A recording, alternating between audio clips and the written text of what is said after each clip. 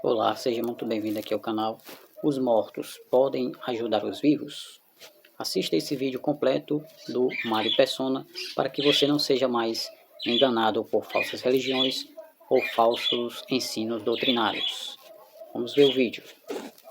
Não, os mortos estão mortos, ou seja, não tem mais atuação nesta vida. Os que foram salvos estão com o Senhor, seguros para sempre, e os que não foram salvos estão no Hades, aguardando, que o Hades é a condição dos mortos, aguardando o juízo final.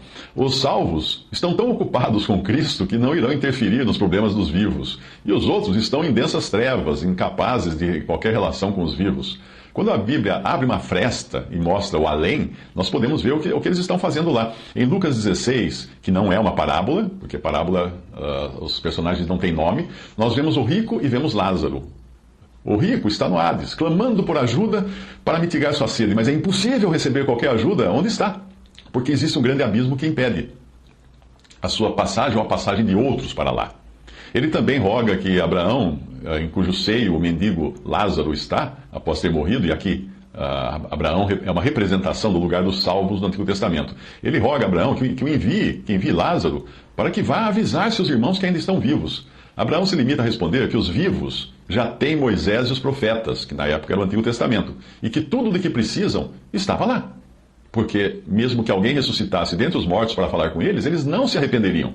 Se nós formos ao livro de Apocalipse, nós encontraremos também uma cena celestial na qual todos estão ocupados com louvor a Deus e a Jesus, portanto, não estão interferindo nas coisas deste mundo. Uma boa forma de enxergar a relação dos mortos com esta vida é lendo algumas passagens que falam que os mortos nada sabem, como é o caso desta de Eclesiastes 9, versículo 5. Porque os vivos sabem que hão de morrer, mas os mortos não sabem coisa nenhuma, nem tampouco terão eles recompensa, mas a sua memória fica entregue ao esquecimento.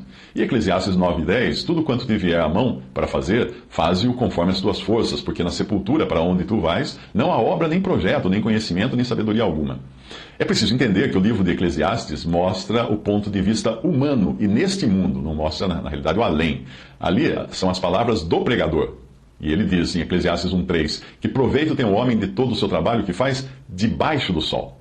Percebe onde se passa a cena de Eclesiastes? Debaixo do sol, portanto, neste mundo. E neste mundo, os mortos realmente não sabem e nada podem. Nada sabem, nada podem, porque já não estão aqui, estão mortos para as coisas daqui.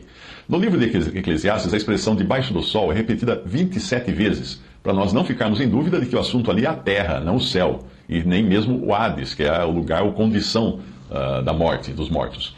Existem também outras passagens que mostram como os mortos passam para um estado em que estão alheios às sensações e ocorrências desta vida, no sentido de interferir nelas. Em alguns lugares, eles são descritos como dormindo, porque é assim que os vivos os veem no corpo do morto. Embora em outras passagens nós sabemos que as suas almas estão conscientes com o Senhor, ou até mesmo sofrem no Hades, como é o caso do rico, que padece sede, enquanto o pobre Lázaro desfruta do seio de Abraão. Em Salmo 146:4 diz: sai-lhe o espírito, volta para a terra, naquele mesmo dia perecem os seus pensamentos. 1 Tessalonicenses 4:13 diz: não quero, porém, irmãos, que sejais ignorantes acerca dos que já dormem, para que não vos entristeçais como os demais, que não têm esperança. Lucas 16:23, e no inferno, ou a palavra original é Hades, no Hades, ergueu os olhos, estando em tormentos, e viu ao longe Abraão e Lázaro no seu seio. Além disso, quando a gente pensa em pedir ajuda aos mortos, se isso pudesse acontecer, a Bíblia proíbe terminantemente qualquer tipo de comunicação de vivos com mortos, algo que é chamado de necromancia. A razão é que quem responderá à ligação, a conexão que você tentará fazer, não serão seres humanos mortos, mas serão demônios ou espíritos imundos. Estes, sim, estão por aí se fazendo passar de espíritos de mortos para enganar os homens.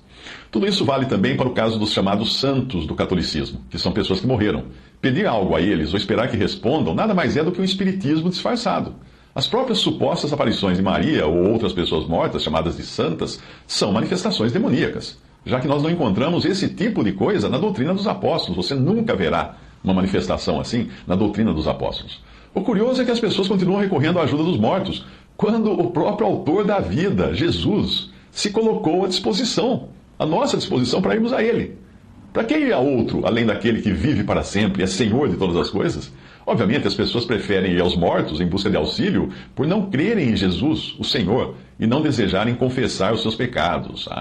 Toda crença reencarnacionista prevê uma segunda chance para a pessoa se endireitar numa suposta próxima reencarnação, o que deixa margem para ela pecar à vontade nesta vida. A doutrina católica do purgatório não é muito diferente disso, não. E o diabo acaba enganando as pessoas com a ilusão de que poderão purgar os seus pecados mais tarde, ou então, isso no caso do purgatório, suposto purgatório católico, ou então voltar para pagá-los numa próxima vez, no caso da teoria reencarnacionista.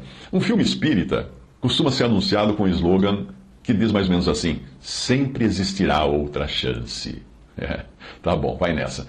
Como todo ser humano gosta de deixar as coisas para depois, nem é preciso dizer que preferem essas doutrinas. Claro, você pode deixar para depois, resolver suas coisas. Então, a grande preferência das celebridades de Hollywood pelo espiritismo é explicada pela vida dissoluta que muitas delas levam. Elas não precisam se preocupar com a vida que levam aqui, porque depois vai voltar a ter outra chance, né? Mateus 11:28, vinde a mim, diz Jesus, todos os que estáis cansados e oprimidos, e eu vos aliviarei. Por que eu iria a um morto? Por que eu iria a um suposto espírito de morto? Se Cristo fala, vinde a mim. João 6,68, respondeu-lhe, pois, Simão Pedro, Senhor, para quem iremos nós? Tu tens as palavras da vida eterna. Percebe? Muito obrigado você que assistiu o vídeo até aqui. Forte abraço, até a próxima, se o Senhor permitir. Tchau.